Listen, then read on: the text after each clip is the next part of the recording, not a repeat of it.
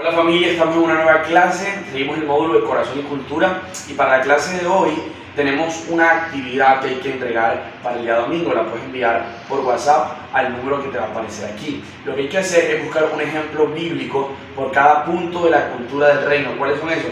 Comunión con Dios, sacrificio y amor por los demás. Entonces vamos a buscar un ejemplo bíblico en la vida de Jesús que identifique cada una de estas partes, diferentes a los que ya vimos en la clase. No, ninguno de los versículos que usamos en la clase sirven, tienes que buscar unos nuevos. También te digo que esta clase está en solo audio, pero míratela hasta el final para que puedas hacer la actividad y sobre todo para que puedas aprender todo lo que hablamos. Y nos vemos en la siguiente. Chao. Bueno, vamos a ir empezando. Hoy, como les dije, vamos a estar hablando de cultura de iglesia y se trata de cómo enfocamos lo que hacemos y como, ya no solo como servidores, sino como hijos de Dios, qué es lo que tenemos que hacer y ya incluso más específico, como miembros de esta casa. Así que vamos a pasar a la siguiente, Sebas.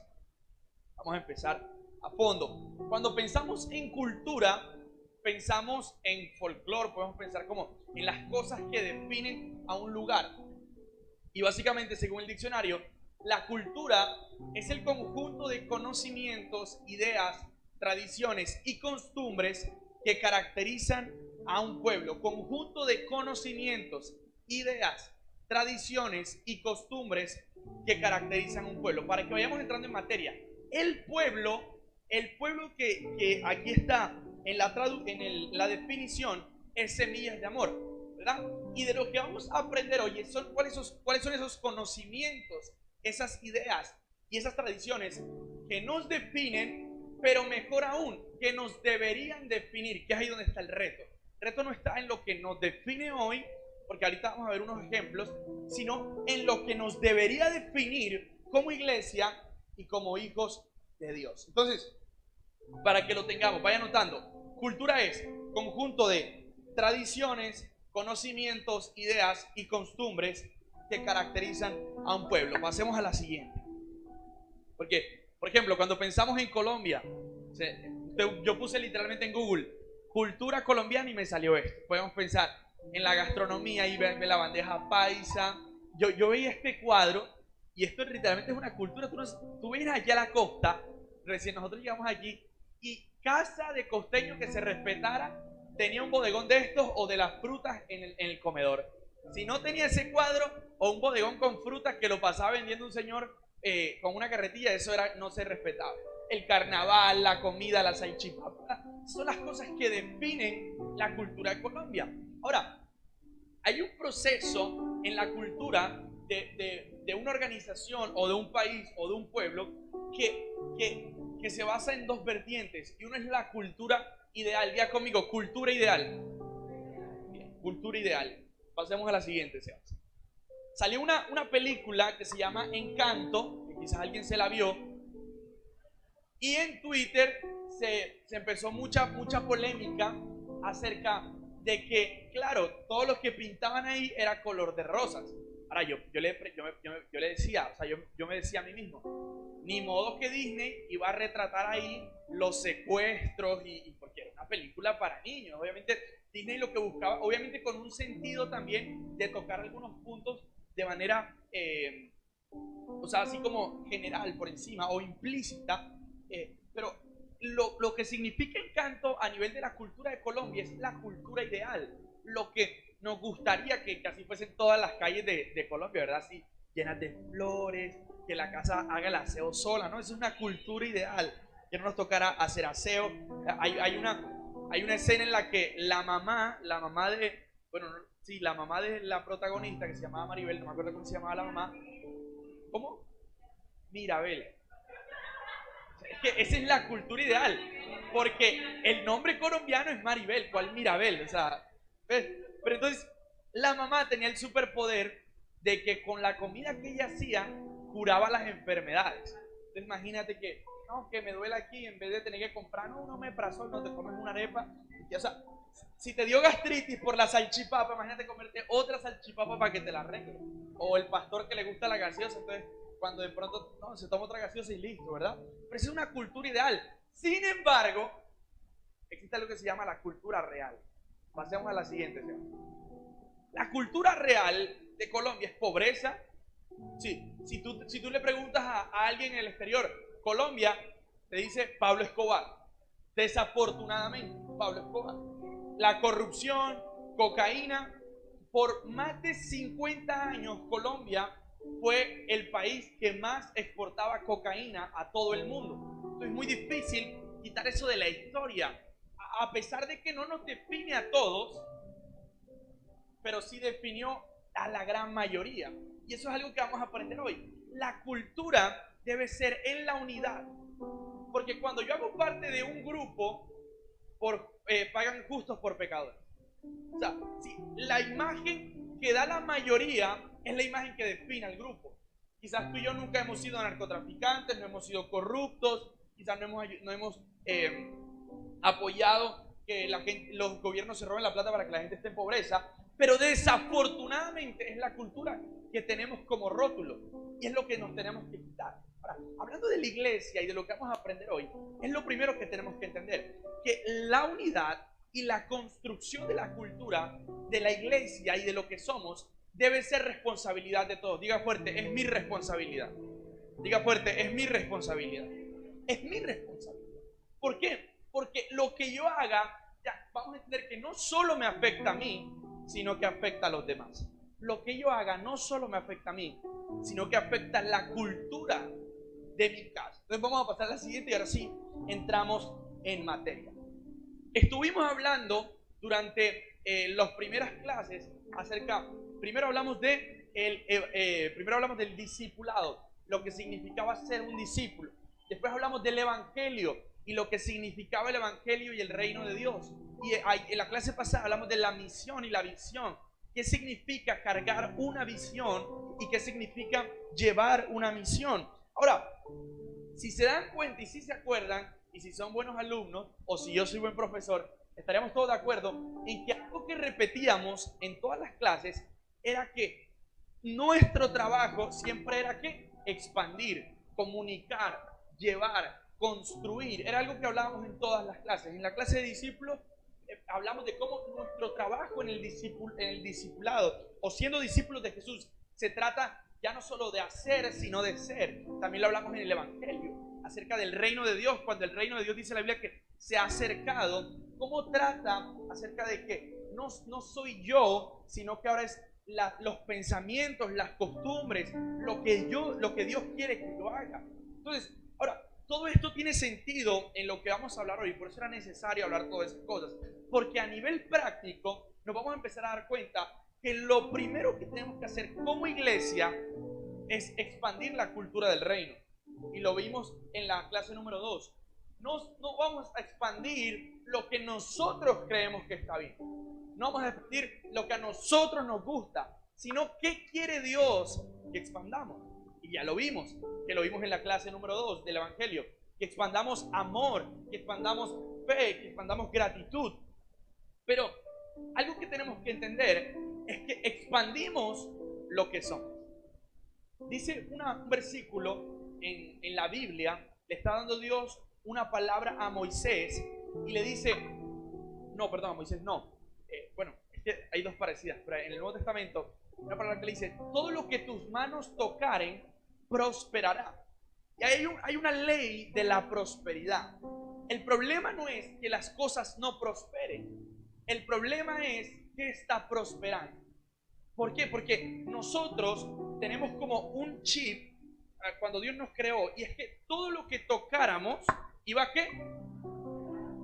Entonces, no se trata de que las cosas prosperen o no, se trata a qué le estás poniendo la mano.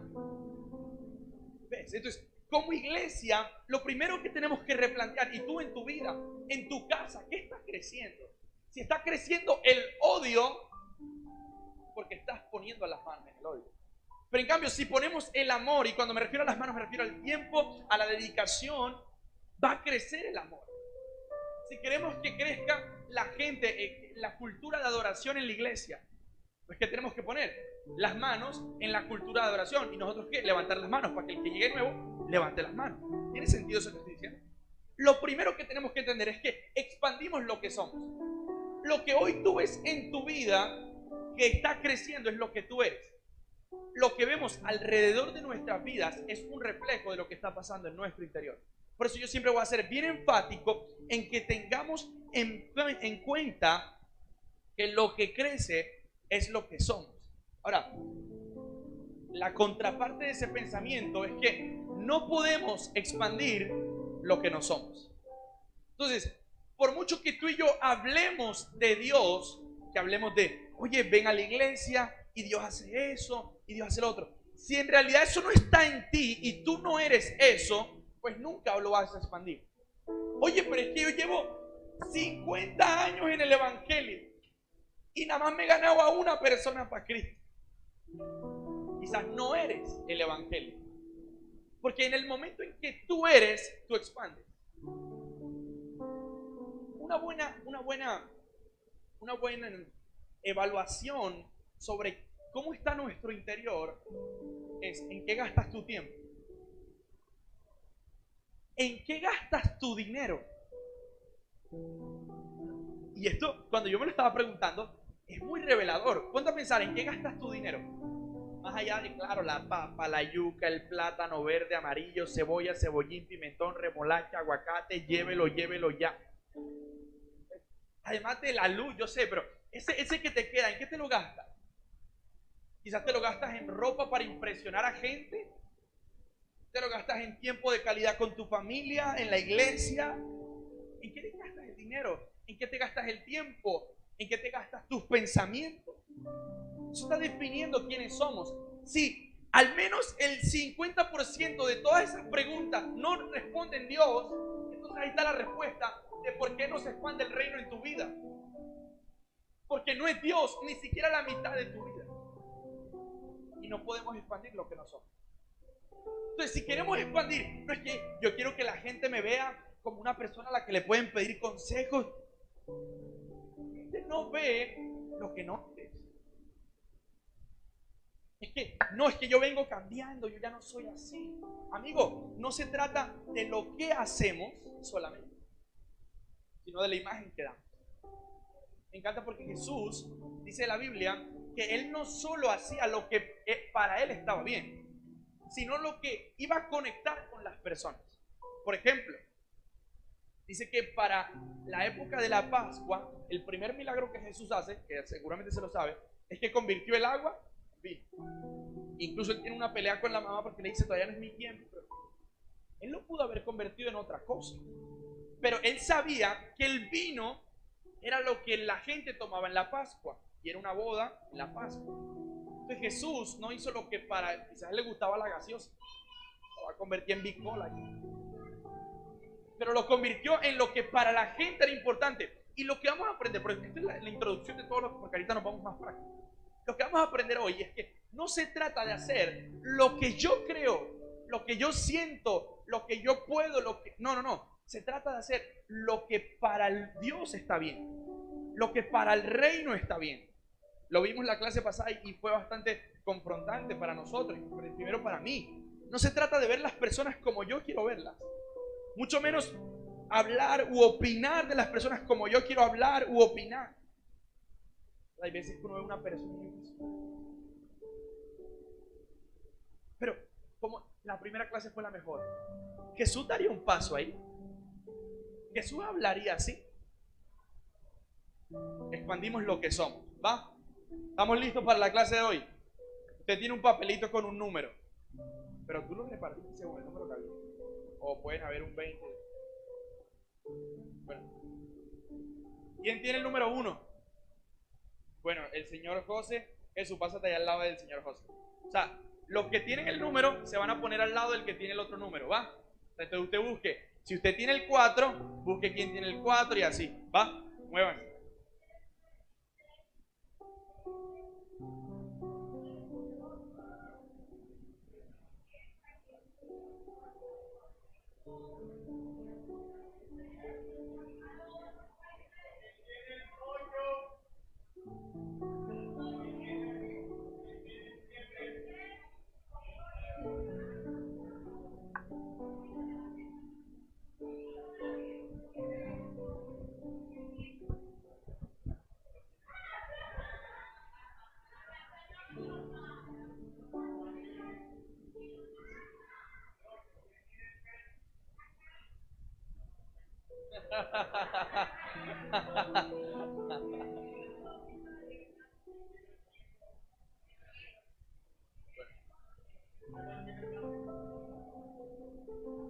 ¿Quién falta por pareja?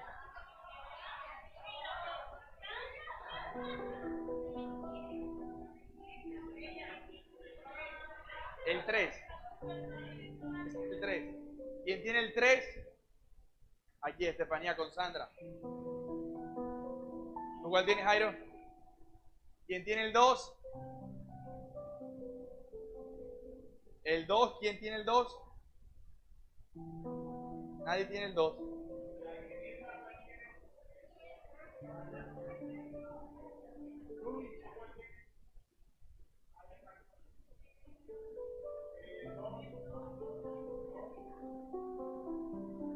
El 2. Allá, Alejandra, aquí con Jairo. Listo. 0. ¿Cuál 15? ¿Quién tiene el 15? Listo, entonces tú eres el 15, Mari. ¿Tú tienes el cuál?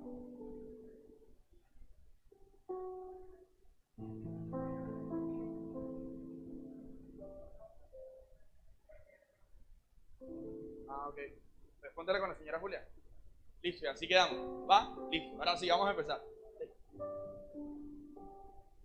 Si no se conoce con la persona, denle la mano. Hola, ¿cómo estás? Mi nombre es Nicolás.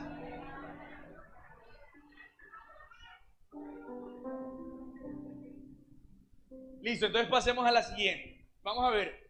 Primero lo que vamos a ver es cómo es la cultura del reino. Eso es lo primero que tenemos que conocer. La cultura del reino. ¿Cuáles son esas costumbres, esas tradiciones que definieron a Jesús, que Jesús vino a enseñar? ¿Cuáles son esos puntos importantes? Y el primero de ser la cultura del reino, porque la pregunta que vamos a resolver, la primera pregunta que vamos a resolver es ¿cómo adhiero, o sea, cómo vivo la cultura del reino? Porque es lo primero que vimos, ¿no? Lo que yo transmito es lo que yo soy. Entonces, lo primero que tenemos que procurar es ser y vivir la cultura del reino. Entonces, ¿cómo construyo la cultura del reino? Ponga la pregunta ahí. ¿Cómo construyo la cultura del reino? Número 1, con comunión con Dios, con una relación con Dios. Y dice Marcos 5:37, y no permitió que nadie fuera con él, sino solo Pedro, Jacobo y Juan, el hermano de Jacobo. Lo que está refiriéndose aquí era el momento en el que Jesús va al Getsemaní a orar, pocas horas antes de que fuese entregado por Judas, y dice que tomó a 3 personas. Tomó a Pedro, a Jacobo y a Juan. Algo que me encanta, y del primer punto que vamos a hablar aquí, es que la iglesia en Hechos fue construida por quienes caminaron con Jesús. La cultura, Jesús escogió para que expandieran la cultura, eran los que habían caminado con él. ¿Por qué? Primera clase. Ellos sabían dónde iba a poner un pie Jesús. Porque Dios solo le va a entregar pasos grandes a personas que caminaron con él. ¿Quieres dar los pasos de Jesús?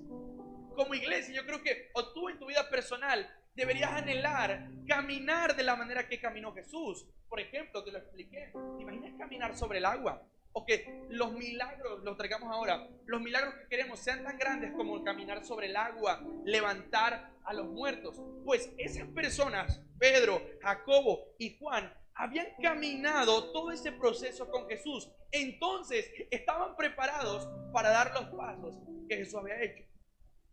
Y había una promesa sobre ellos que dijo: Jesús, yo me voy, pero les dejo al Espíritu Santo, y ustedes harán en mi nombre cosas mayores. Entonces ya Pedro, Jesús venía y dice que ponía las manos sobre los enfermos y sanaban. Pero entonces Pedro con la sombra sanó. ¿Por qué? Porque caminó con Jesús. No fue Judas, no fue el endemoniado que una vez se encontró y lo siguió, o los que fueron y escucharon una prediquita. No, fueron los que caminaron con él. Fueron los que se montaron en la barca, fueron los que aguantaron el hambre de los 5,000 panes y los 5,000 peces, fueron los que los fueron a ver llorar sangre. Entonces, si queremos dar los pasos que Jesús nos está llamando a dar, y si queremos recibir los milagros que tú y yo sabemos que estamos anhelando, por lo que estamos orando, la clave está en caminar con Jesús. No caminar con tu intelecto, no caminar con tu opinión, no caminar con Jesús. Ahora, lo difícil es que caminar con Jesús es pasar por donde Él pasaría y no por donde yo pasaría. Es hacer lo que Él haría y no lo que yo haría. Mira, hay un juego, yo lo iba a traer, pero es que después nos desordenamos y ustedes son más recocheros.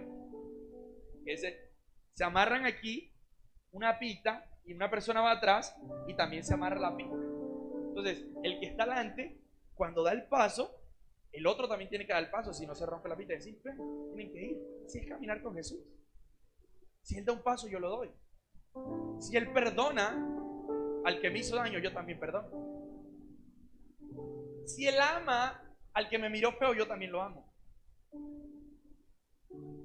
Si Él cree cuando yo no creo, yo también creo. Pues eso se trata. La relación con Dios es lo primero. Porque si no conozco a la persona, no puedo vivir como ella.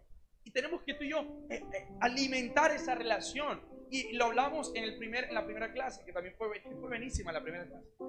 ¿Cuántos les gustó la primera clase? Y hablamos de algo que no se acuerdan, que es la relación entre cantidad y calidad. El tiempo de oración y el tiempo de comunión con Dios no es solo calidad. Ay, sí, yo oro corto pero sustancioso. Y Dios me da y yo le doy. Y ahí está, yo resuelvo la semana el domingo. No se trata de eso. ¿Por qué? Porque entre más yo paso tiempo con alguien, más lo puedo conocer. Porque más se habla. Por eso es que el matrimonio dice que cásate para que veas que lo vas a odiar. Y tú te vas a casar tan peladita. No le has olido la pecueca.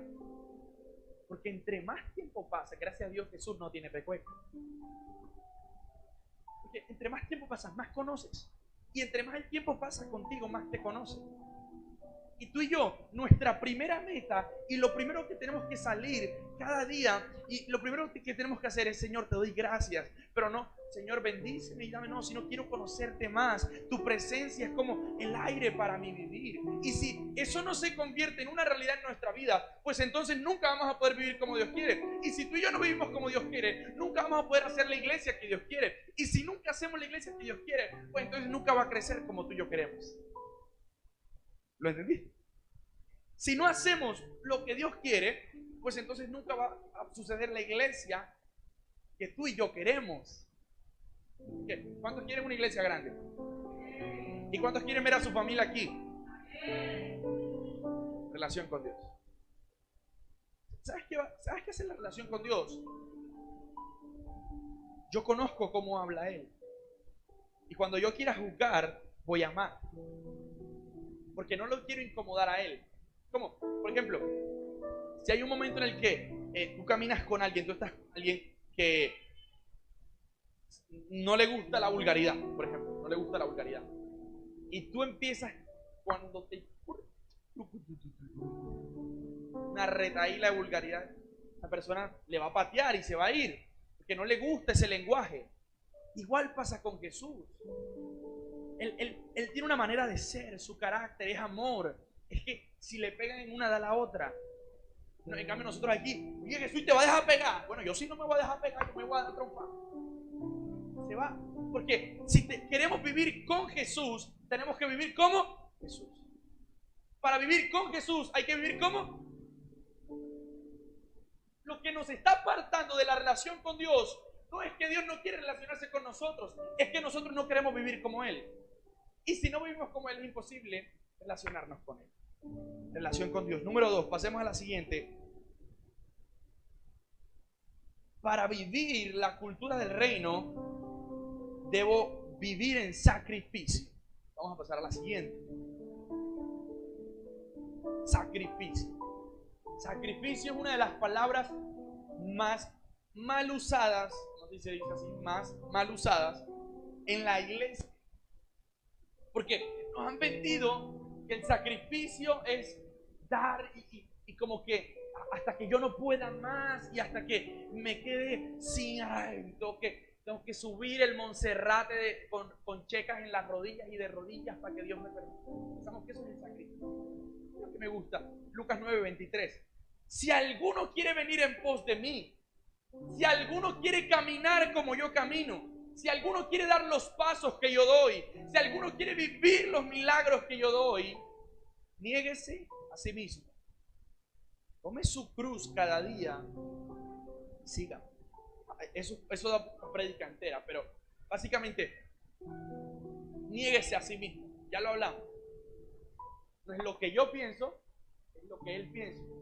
Tome su cruz. Esto es interesante, porque pensaríamos, quizás se nos viene en la cabeza, no, toma tu cruz, es tu pecado. Okay. No. Toma tu sacrificio. ¿Y por qué te vine a explicar de que sacrificio no es dejarlo? Sacrificio es vivirlo. Por eso dice, toma la cruz día a día y sígueme. Eso quiere decir que no se trata de vivir en un castigo temporal, sino en un deleite eterno. Sacrificio, el sacrificio que Dios quiere de nosotros no son eventos específicos, sino una vida de entrega completa. Por eso Dios no quiere como que ve todo el día a la iglesia y haz un ayuno hasta que te mueras. Entonces, no tiene sentido, sería un momento específico. En cambio, lo que Dios quiere es, ora todos los días, búscame, pídeme perdón, ámame toda la vida. Eso cambia mi perspectiva, a entender que no se trata de un momento. Entonces, ahora Nicolás dijo que es cantidad. Entonces, bueno, como yo trabajo, yo mejor voy a orar todo el lunes festivo, oro, hago un ayuno de 24 horas y yo con eso guardo el mes. Porque entonces hice sacrificio. No se trata de momentos específicos, se trata de un deleite eterno. Quizás tú has vivido tu espiritualidad a través de momentos específicos. Y por eso solo has vivido experiencias específicas. Vienes a la iglesia, levantas tus manos, oran por ti, haces así, vomitas y wow, mi vida cambió. Gracias, Señor. Pero llegas a la casa, ¿qué pasó? Momentos específicos.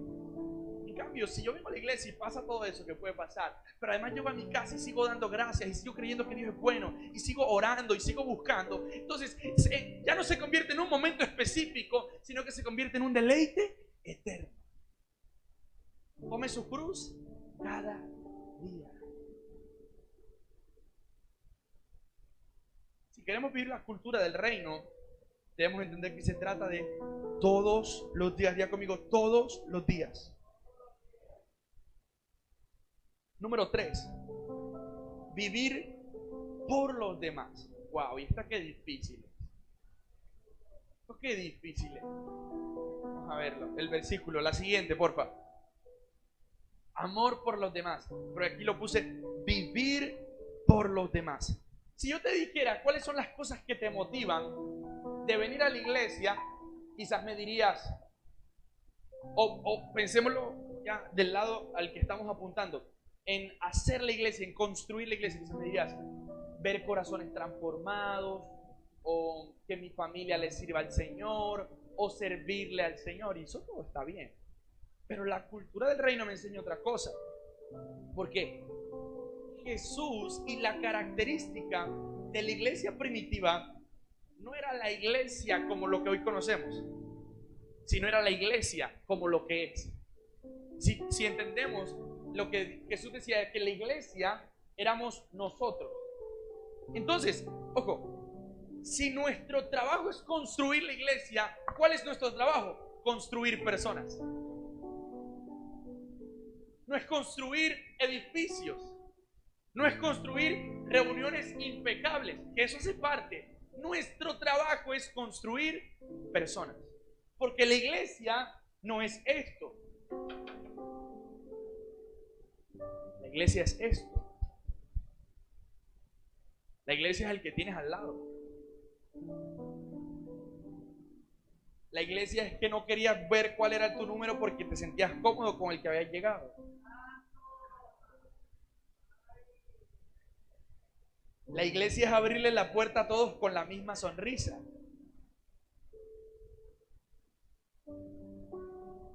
La iglesia es lavar los pies, por eso hoy vamos a... no, mentira. Ok, se me fue la otra, necesito la otra diapositiva. Pasemos a la otra porque ya vamos a entrar en la recta final. Nada más vamos a durar hoy 1 hora y 15 minutos. Ya estamos llegando a la recta final. Ahí está, amor por las personas. A mí lo que dice 1 Pedro 3:8. A fin, bueno, ahí dice en fin, pero a fin de que vivan en armonía los unos con los otros, compartan las penas y las alegrías, practiquen el amor fraternal, sean compasivos y humildes. Esto se trata el final de cómo vivimos la cultura del reino. No podemos vivir la cultura del reino si no vivimos y no amamos a las personas. Y yo sé que es muy difícil el momento en el que te han hecho mucho daño.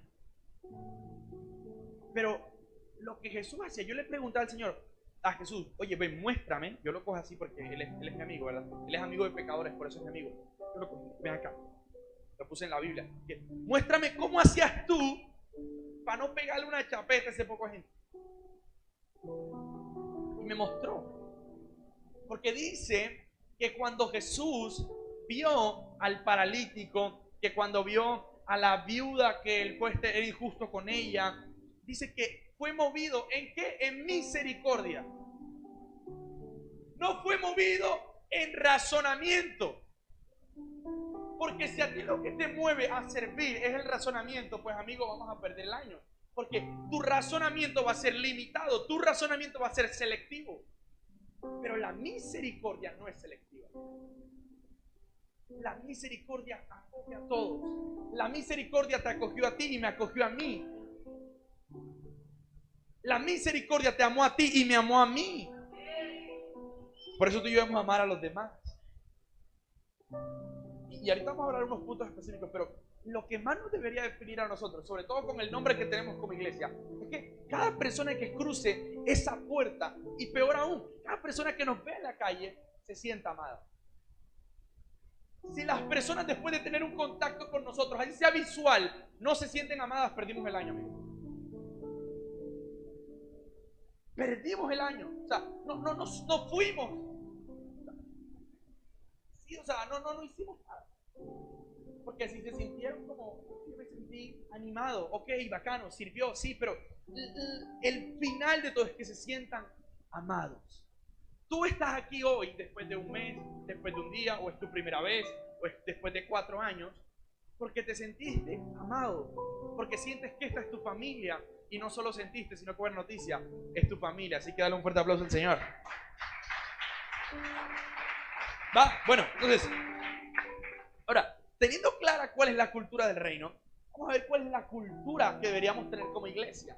La cultura que Pablo es el apóstol que fue el peregrino en construir la iglesia, ya no solo como lo que ya hablamos de la iglesia de personas, sino la iglesia como institución. Entonces, lo que vamos a aprender ahora es las palabras de Pablo a las iglesias. No traje versículos porque si no nos tocaría hacer 5 partes, pero te vas a dar cuenta cómo tiene todo coherencia bíblica. Las palabras de Pablo a Efesios, a Corintios, a Romanos, que eran las primeras iglesias que se estaban fundando. Después también las palabras de Juan en Apocalipsis, en las iglesias que ya habían sido formadas en Filadelfia, en Tarso, y todas esas palabras que ellos lanzaban acerca de los consejos de cómo deberían comportarse y de lo que deberían de hacer. Así que vamos a pasar a la siguiente. A ver, ¿cuál es esa cultura? Y la cultura que le puso un nombre, la cultura de nuestra iglesia va a ser una cultura de siembra. Ya conmigo, siembra. Porque yo pensaba, oye, somos semillas de amor. Tú eres una semilla, pero tú ya floreciste. Ahora tu trabajo es volver a sembrar. Esa es la cultura que vamos a tener, una cultura de siembra. Ahora, ¿cómo somos o cómo se ve esa cultura? Te voy a hablar de la cultura como encanto, la cultura ideal. Hoy no nos vamos a ir deprimidos de pronto con cómo es nuestra cultura real, porque tenemos defectos, somos humanos, ¿verdad? Pero vamos a ser inspirados sobre cómo debería ser nuestra cultura ideal, que sé que ya tenemos grandes de esas cosas, por eso tenemos la hermosa iglesia que tenemos, pero cómo podemos llegar a ser mejores, ¿verdad? Porque de eso se trata. Así que vamos a la siguiente. Primero se trata de tener una fe clara. Ese es lo primero que nos debe definir como iglesia. Si estuviste en la clase pasada, aprendimos cómo nuestra visión, y la primera parte de nuestra visión es ser una iglesia cristocéntrica. Y por eso hicimos esto todos los martes, porque se trata de saber quiénes somos, quién es Dios para nosotros. Porque estas dos preguntas, o las dos respuestas a estas dos preguntas, van a definir el principio de una vida saludable o intoxicada en el Evangelio. Y una vida saludable en el Evangelio me lleva a expandir un Evangelio saludable. Porque te recuerdo lo que empezamos hablando. Expandimos lo que somos. Entonces, tú y yo debemos tener una fe clara sobre quiénes somos. ¿Quiénes somos hijos de Dios? ¿Quiénes somos servidores de un rey? No de nosotros, no de un pastor, sino de un reino. Pertenecemos a algo más grande. ¿Quién es Dios para nosotros? Un Padre amoroso, un Padre que no castiga, un Padre de segundas, terceras, cuartas, quintas, sextas oportunidades, un Padre que murió por nosotros. Eso es Dios para nosotros. Creemos en el Padre, en el Hijo y en el Espíritu Santo. Creemos en que Dios puede hacer milagros. Creemos en el mover del Espíritu Santo. Creemos en la palabra de Dios. Creemos que Jesús vino y que volverá. Eso es lo que es Dios para nosotros. Y esas preguntas, que son las que hemos ido y te vamos a seguir respondiendo durante estas clases, son necesarias para tener una fe cimentada. Ahora, lo bonito de la fe, y te invito a que traigas a alguien domingo, que vamos a hablar el domingo sobre la fe, es que la fe, para que pueda ser usada, debe ser probada. Ahí se la dejo para Facebook. Para que la fe pueda ser usada, debe ser probada. Creo que ya lo hablamos. Como en una máquina, en una fábrica industrial. Para que los productos puedan salir y ser usados, deben ser probados. Entonces, nuestra vida debe atravesar un proceso de prueba. Nuestra fe debe ser movida para ser probada, para luego ser usada. Entonces, ¿cómo se prueban estas cosas en nosotros? El enemigo te ataca tu identidad. Te dice, eres un fracasado, eres un perdedor. Las circunstancias conspiran en tu contra. Y eso te lleva a tú caer en depresión, en alejarte de Dios. Pero eso mismo te lleva a pedir una consejería, a pedir un consejo, a orar. Y todo eso se empieza a alinear y recuerdas que eres un hijo de Dios, que eres amado, que Jesús vino por ti y todo lo que ya te dije. Por eso lo importante de una fe clara y también es una fe que no tenga filtros. Porque muchas veces no el problema es qué estamos viendo, sino con qué filtro lo estamos viendo. O sea, estamos leyendo la Biblia con los filtros de mi opinión, con las gafas de mi opinión. Entonces, puedo cambiar lo que Jesús quería decir para mi beneficio. Les digo, no es que aquí Jesús dijo, ama, pero si te, o no se divorcien, pero si es, entonces sí. ¿Cierto? Porque si leo, si vivo, si amo, si construyo con filtros, entonces no voy a tener una fe clara. Número 2, gozo. Mira, si hay algo que es importante, más allá de cuántos versículos te sabes, es la actitud que tienes. Mira, me pude sentar en estas semanas y hablar con jóvenes que vinieron a Conexión. Les pregunté, ¿cómo te sentiste? ¿Qué te pareció? ¿Qué pensarás que mejorar? Me gustó todo, pero me gustó mucho la actitud de cómo me recibieron, la actitud de la gente que me saludó. Y quizás porque era un solo día, era más fácil para nosotros. Yo le dije a todos los pelados, que fue así. Y mira, si viene por ahí el pelado que te quitó la novia, tú lo vas a coger y lo vas a abrazar y le vas a decir que lo estabas esperando y que es tu mejor amigo. Porque la cultura de nosotros debe ser una cultura de gozo. Y el gozo tiene que ver con la actitud. Eso es lo que todos conocemos como el gozo. Yo te digo, piensa en gozo y te aviso.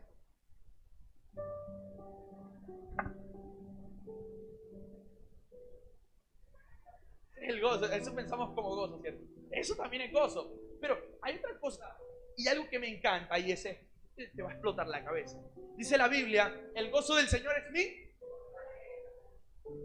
Y algo que te quiero enseñar es que para tener una actitud correcta, debo entender que no es mi gozo, es el gozo de Él. Ahora, dice la Biblia, te lo repito, el gozo del Señor es mi fortaleza. Y te voy a enlazar esto con lo primero que hablamos.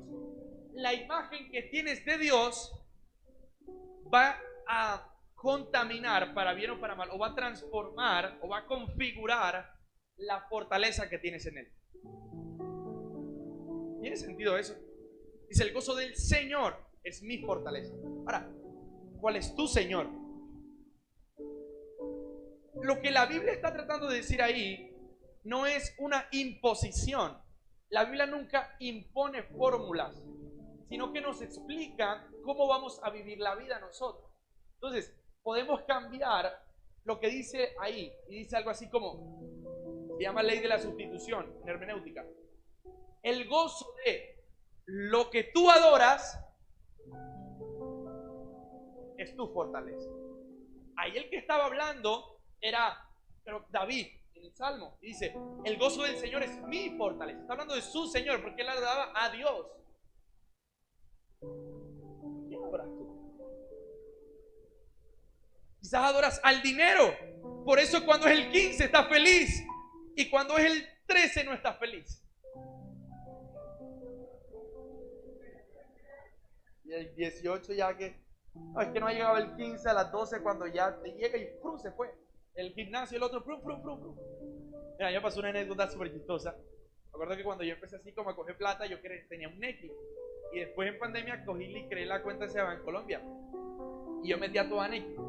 Y yo decía, solo voy a meter a Bancolombia cuando tengan que sacar el cajero. O algo así, cuando tengan que pagar un cajero. Yo tenía como 100 barras ahí en Nequi. Estaba feliz, mis 100 barras. En una de esas a mí se me olvidó y que como que iba a salir y sabía que tenía que pagar con una tarjeta y bueno, lo voy a pasar para allá. Pasaron las horas, llegué yo, pasa la tarjeta, saldo insuficiente, dale otra vez, saldo insuficiente. Yo bueno, entonces déjamela yo de una vuelta y vengo. Yo aquí a Bancolombia 0 pesos. Bueno, quedan como 5,000, pero saldos y movimientos. El gimnasio, la otra cuota de manejo, claro, se lo había chupado enseguida. Y eso también me llevó, que no tiene que ver con lo que estamos hablando, pero a veces tenemos cuentas pendientes. Y mira, wow, Dios me trae. Hay cosas que te debes con tu pasado, cosas que no has perdonado, cosas que no has sanado, que están ahí, heridas, vacíos. Y por eso es que no somos saciados con las bendiciones. Porque cuando llegan las bendiciones no las podemos disfrutar, porque se van ¿para dónde? Para los huecos que tenemos. Y quizás esos huecos son tan grandes que por eso, aunque Dios te dio un carro y una casa y la universidad y lo otro, no me sacio. Pero si yo a eso le echo el amor de Dios, que dice que ni lo ancho, ni lo largo, ni lo profundo, entonces se va a saciar y lo que Dios me da lo puedo disfrutar.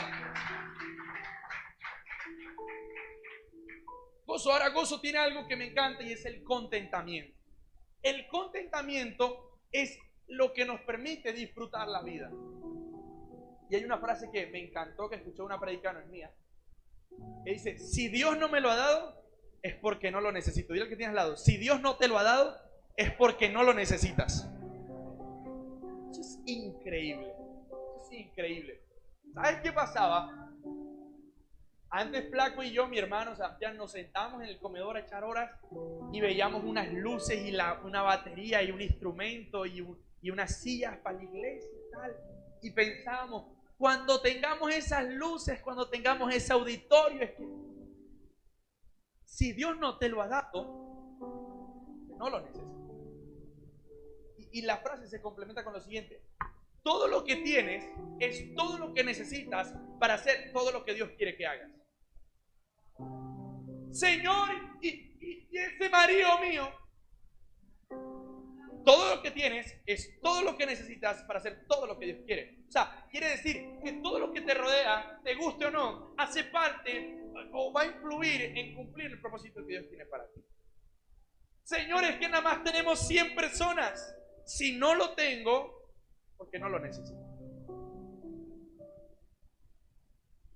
Pero entonces el gozo, el contentamiento, me lleva a direccionar lo que tengo. Dice la parábola de los talentos, que a uno le dio 1, al otro le dio 3 y al otro le dio 5. El problema nunca fue cuántos tuvieron, sino qué hicieron con lo que tuvieron. El problema nunca se trata de lo que tenemos, sino qué hacemos con lo que tenemos. Y el gozo también se llama gratitud, que te lo hablé la clase pasada.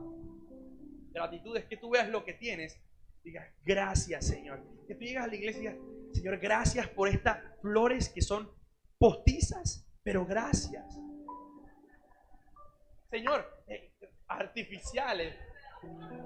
No, porque es que tienen la cirugía. Tienen ahí un aumento de glúteos y cosas. Señor, gracias por este abanico, que es lo que yo vi en la quinta, pero gracias.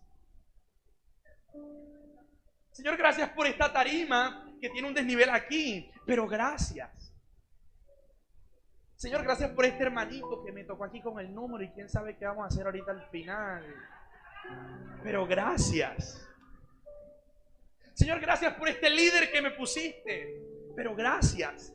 Gracias por este equipo que me diste, pero gracias. Gracias por la iglesia en la que me pusiste, pero gracias. Y inmediatamente cuando yo tenemos una actitud y un lenguaje de gratitud, las cosas empiezan a cambiar. No porque las cosas cambien, sino porque tú cambias.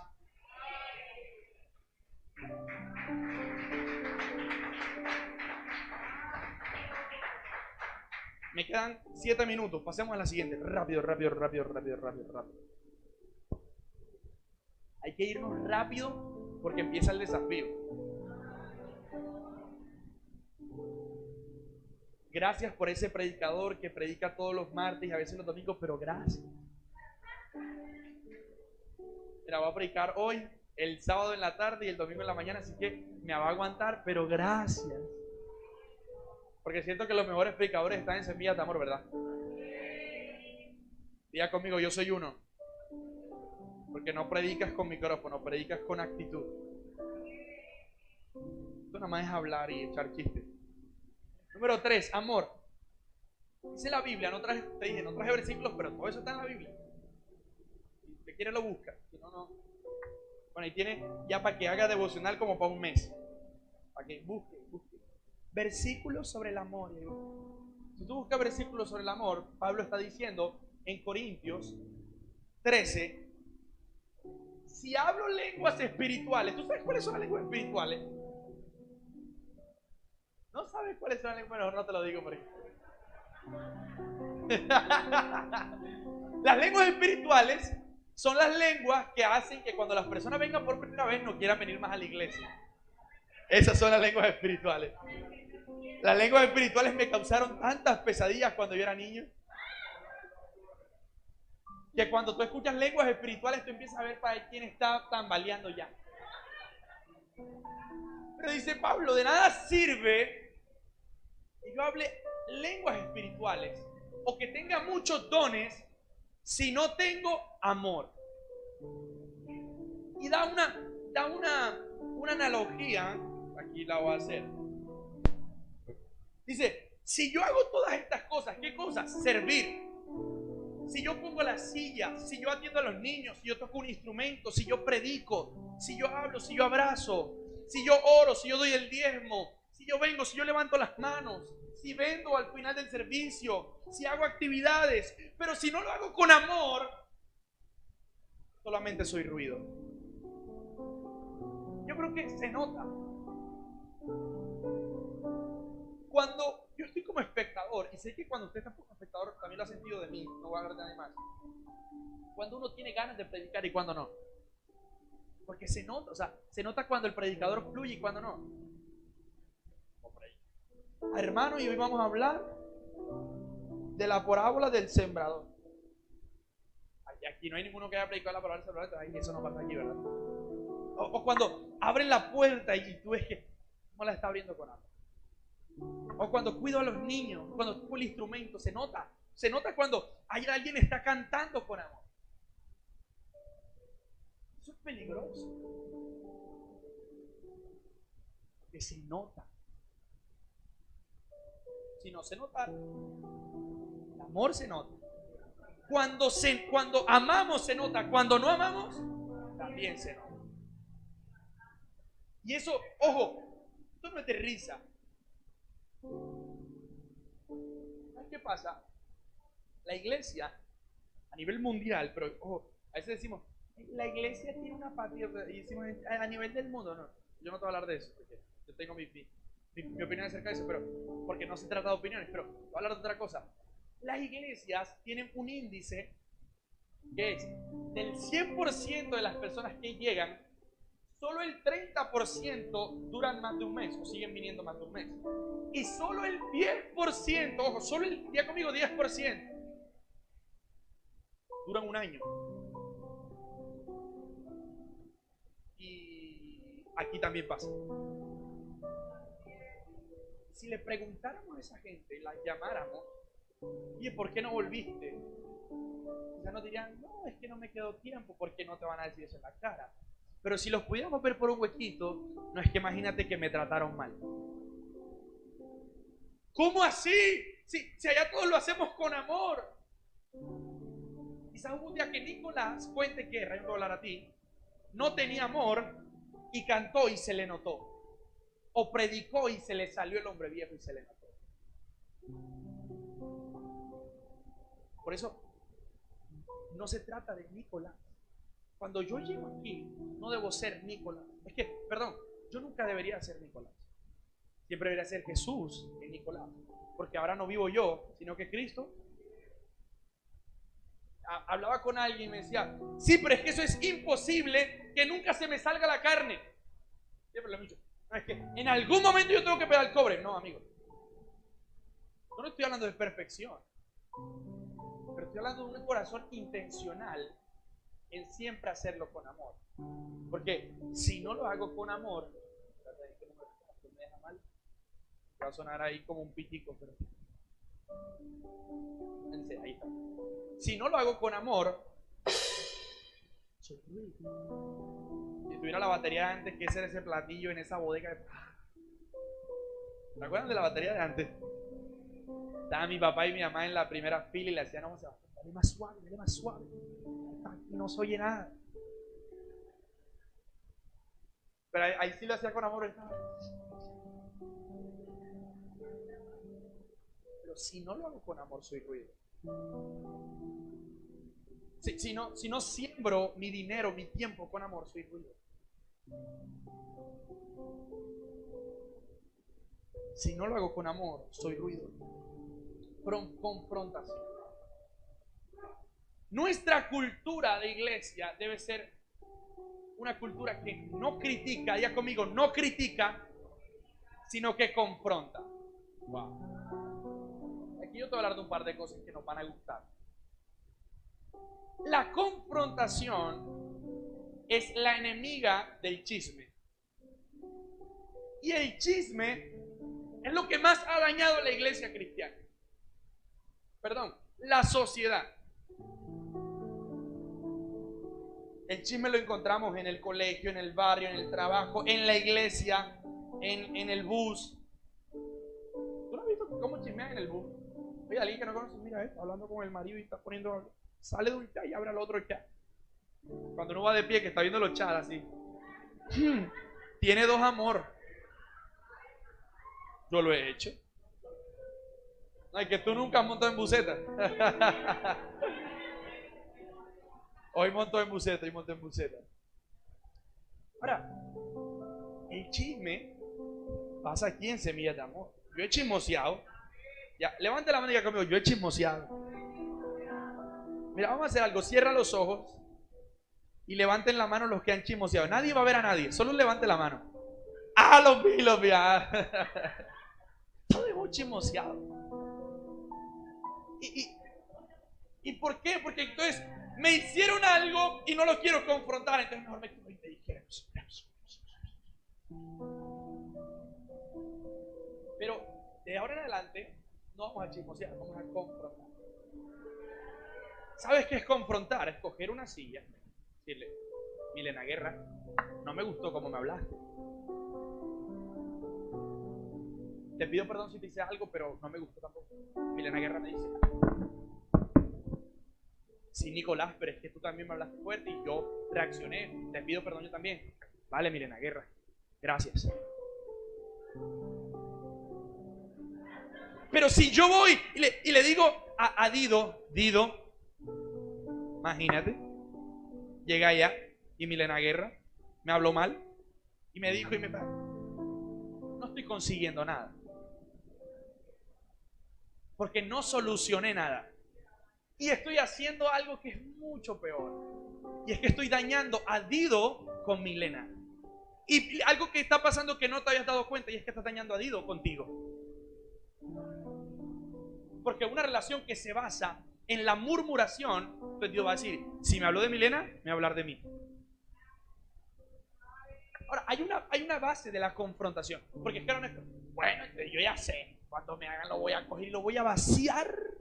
Le voy a decir, dice la Biblia, búsquelo si quiere, que ve y confronta a tu agresor y gánalo.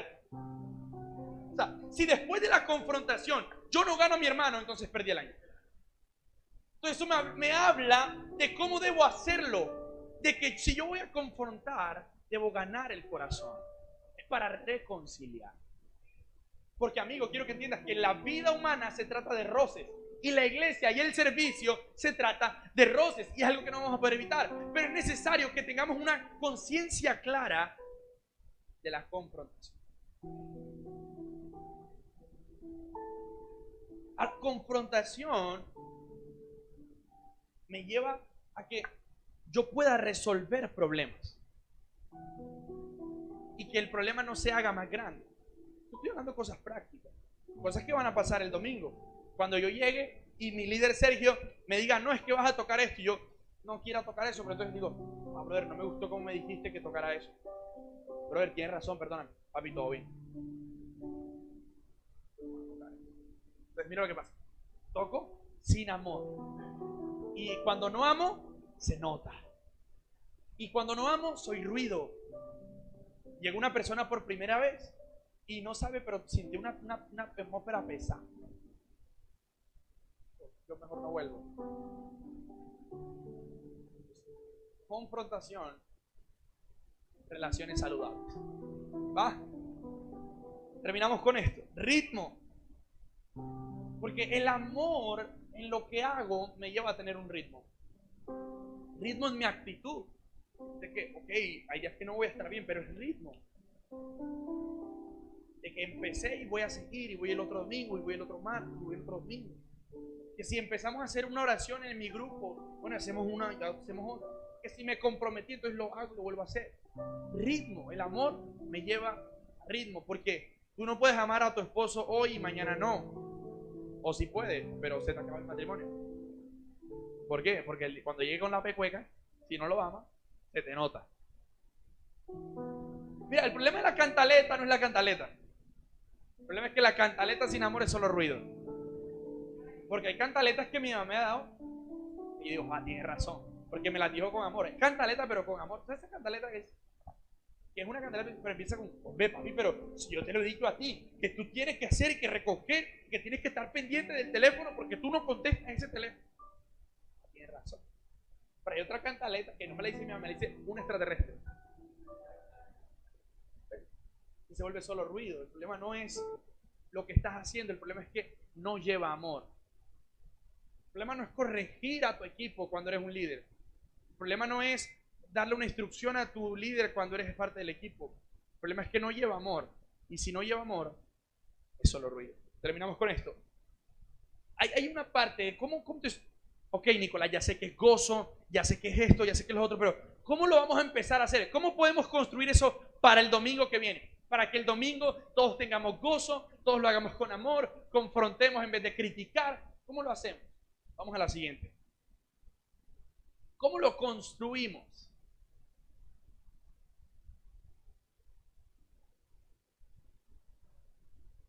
La siguiente, eso, ahí está. Pensando, hablando, haciendo y siendo. Y porque aquí traes la fórmula. Somos lo que hacemos, pero hacemos lo que hablamos, pero hablamos lo que pensamos y pensamos lo que somos. La repito. Somos lo que hacemos, pero hacemos lo que hablamos, porque también hablamos lo que pensamos y pensamos lo que somos. Se conecta. Pensamos lo que somos, hablamos lo que pensamos, hacemos lo que hablamos y somos lo que hacemos. ¿Qué te trato de hablar esto? Lo que dijo Jesús en el primer mandamiento. Ama al Señor con toda tu alma. Dame la otra, la que estaba. Eso. Con toda tu alma, con toda tu mente y con todo tu corazón. Ojo, la fe clara, el gozo y el amor deben estar en mi mente, en mi alma y en mi corazón. Eso me va a llevar a que yo piense como Jesús, que piense con amor, que hable con amor, que haga con amor y que sea amor. Porque termino con esto, y es que la cultura no es lo que hacemos, es quienes somos. Y la última cosa, quiero que algo que va a ser regla de oro, ya conmigo, regla de oro en los equipos y en la iglesia. Vamos a empezar a hablar diferente. Y como ya aprendimos cuál es la regla de la confrontación, o que la confrontación es ganar a mi hermano, no que se vaya a la iglesia. No la cogieron, pero bueno, cuando hay alguien... Vamos a empezar a hablar diferente. Primera cosa que vamos a decir diferente, no es ellos, sino nosotros. Ya conmigo, no es ellos, sino nosotros. Entonces, si a Mariana se le sale un gallo, no fue Mariana. ¿Fuimos quiénes? No la cogieron. No fue Mariana, ¿fuimos quiénes? Si yo me equivoqué, Nicolás se equivocó y le salió con grosería a alguien, no fue Nicolás, ¿fuimos quiénes? Pero si Emerson hizo algo súper bien y obtuvo un título, no fue Emerson, fuimos. Lo leímos ahorita. Alégrense con los que se alegran y lloren con los que lloran. Esto nos va a llevar a una cultura de unidad, de decir, hey, voy a estar pendiente de mi hermano para que no se equivoque, voy a animarlo para que esté bien. ¿Por qué? Porque no es él, somos. No es que el equipo de alabanza tiene que adorar, somos. Nosotros tenemos que adorar. No es que el equipo de bienvenida tiene que saludar bien, no, somos. No es que los voluntarios tienen que acomodar y tienen que servir bien, somos. Es que son los de Kids los que tienen que cuidar a los niños, y si veo un niño yo le pego, no, somos nosotros. No son los pastores los que tienen que visitar a la gente, somos nosotros. No son los de misericordia los que tienen que llegar y visitar al enfermo, somos nosotros. No soy yo el que tiene que predicar, somos nosotros. Son nuestras actitudes, somos todos. Y si todos nos unimos, vamos a crear una iglesia indestructible, con errores, con defectos, pero que no le da cabida al enemigo. Porque no soy yo, porque no eres tú, porque somos nosotros. Y ahora terminamos con esto. Usted tiene un número, ¿verdad? Emerson, ven, ponte aquí que tú vas conmigo. Vamos a hacer lo siguiente, Sebas, súbela a ese pianito y déjalo arriba para que no se escuche. Yo te digo hasta dónde. Un poquito más. Súbelo otro poquito. Otro poquito para que esté más romántico. Otra cosa que vamos a empezar a hacer, ya no solo hablar diferente, o en hablar diferente, es que vamos a empezar a celebrar. En vez de cuestionar, vamos a celebrar. Dice en la parte en que Jesús se acerca a la barca y los discípulos están aquí, y dijeron todos los discípulos, un fantasma, ¿un qué? Pero hubo uno que se llamaba Pedro que dijo, no, no, no, ese no es un fantasma, ¿es quién? Es Jesús. No sé, dos cosas. O ves fantasmas o ves a Jesús. Hey, como iglesia, como semillas de amor, tenemos que acostumbrarnos a ver en la gente no sus fantasmas, sino a Jesús. Debemos ser una iglesia que vea a Jesús en todo. Porque lo más probable es que era un fantasma. Medianoche caminando sobre el agua. Jesús no había caminado sobre el agua. Era contexto de fantasma, probabilidad de fantasma. Pero Pedro dijo, yo veo a Jesús. ¿Qué tal? ¿Cómo cambiaría nuestra vida y cómo cambiaría la iglesia si solo nos concentráramos en lo bueno? Solo voy a ver lo bueno. No es que llegó tarde, pero algo tendrá bueno. Eso es lo con los que nos quedamos. Porque dice la Biblia, tomen lo bueno. ¿Qué hacemos con lo malo? Opinarlo en la casa cuando llegamos, comentarlo en el almuerzo, comentarlo en los WhatsApp y decirle no. ¿Qué hacemos con lo malo? ¿Qué hacemos con lo malo? ¿Y qué hacemos con lo bueno? Lo usamos, lo tomamos, porque lo malo no se construye. Con lo malo no se construye. En cambio, con lo bueno sí se construye. Vamos a acostumbrar a celebrar. Y lo que vamos a hacer ahora es algo que te va a dar pena, que no vas a querer hacer, sobre todo si no conoces a la persona que tienes al lado, pero se van a sentar de frente. Entonces, de la vuelta.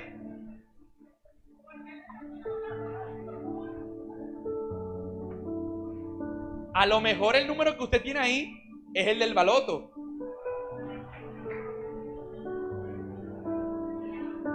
Ey, si se gana en el baloto, diezme.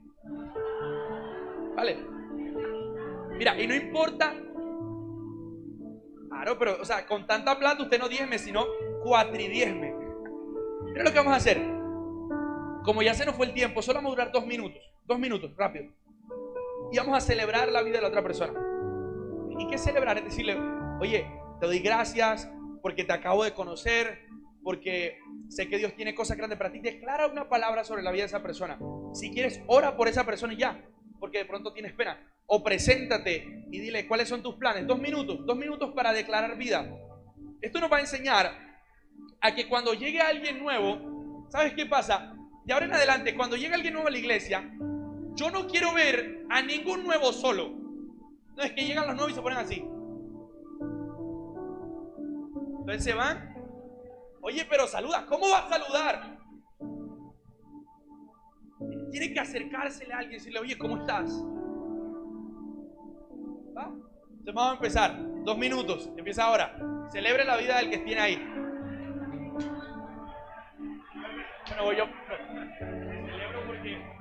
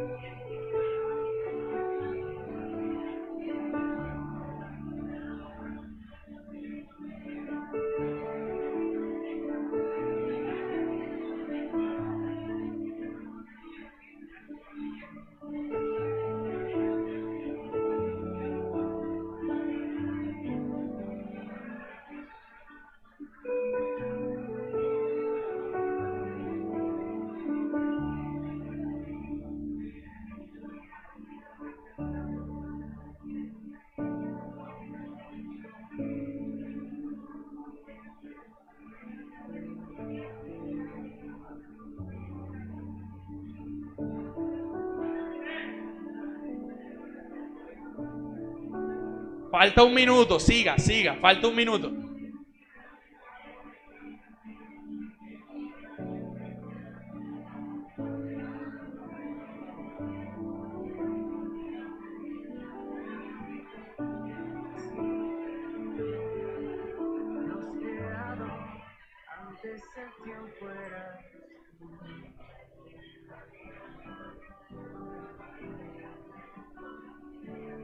En las tinieblas atrás, tu voz escuchó, con ella creaste la luz.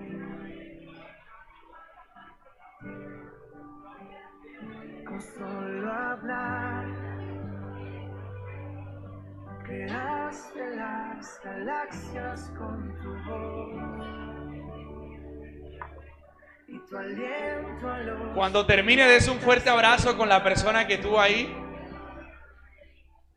Si los cielos te adoran, yo también. Puedo ver tu corazón en la creación. Las estrellas son señales de tu amor. Si la tierra te alaba, yo también.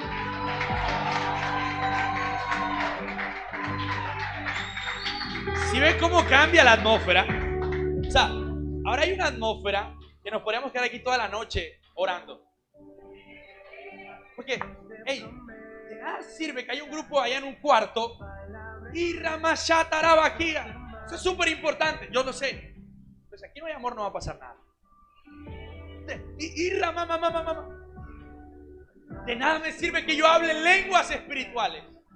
De nada me sirve que yo prepare un buen mensaje. De nada sirve que la alabanza prepare unas buenas canciones si aquí no hay amor. Hey, si aquí no hay amor, podemos hacer esto en un lote con el sol a las 2 de la tarde, que la gente va a venir y se va a llenar. Porque la gente allá afuera, como tú y como yo, andan buscando amor. Porque en un momento donde hay guerra, donde hay COVID, donde la gente la rechazan, donde no hay trabajo, donde el peso está por las nubes, necesitamos amor. Si yo te invito a que para construir la cultura, cuando veas que alguien no me está amando, espere. Oye, Glenn, yo creo que te equivocaste aquí. Y si, Nicolás, tienes razón, me equivoqué. Voy a mejorar. Y eso va a hacer que 2,000 personas el 31 de diciembre aquí.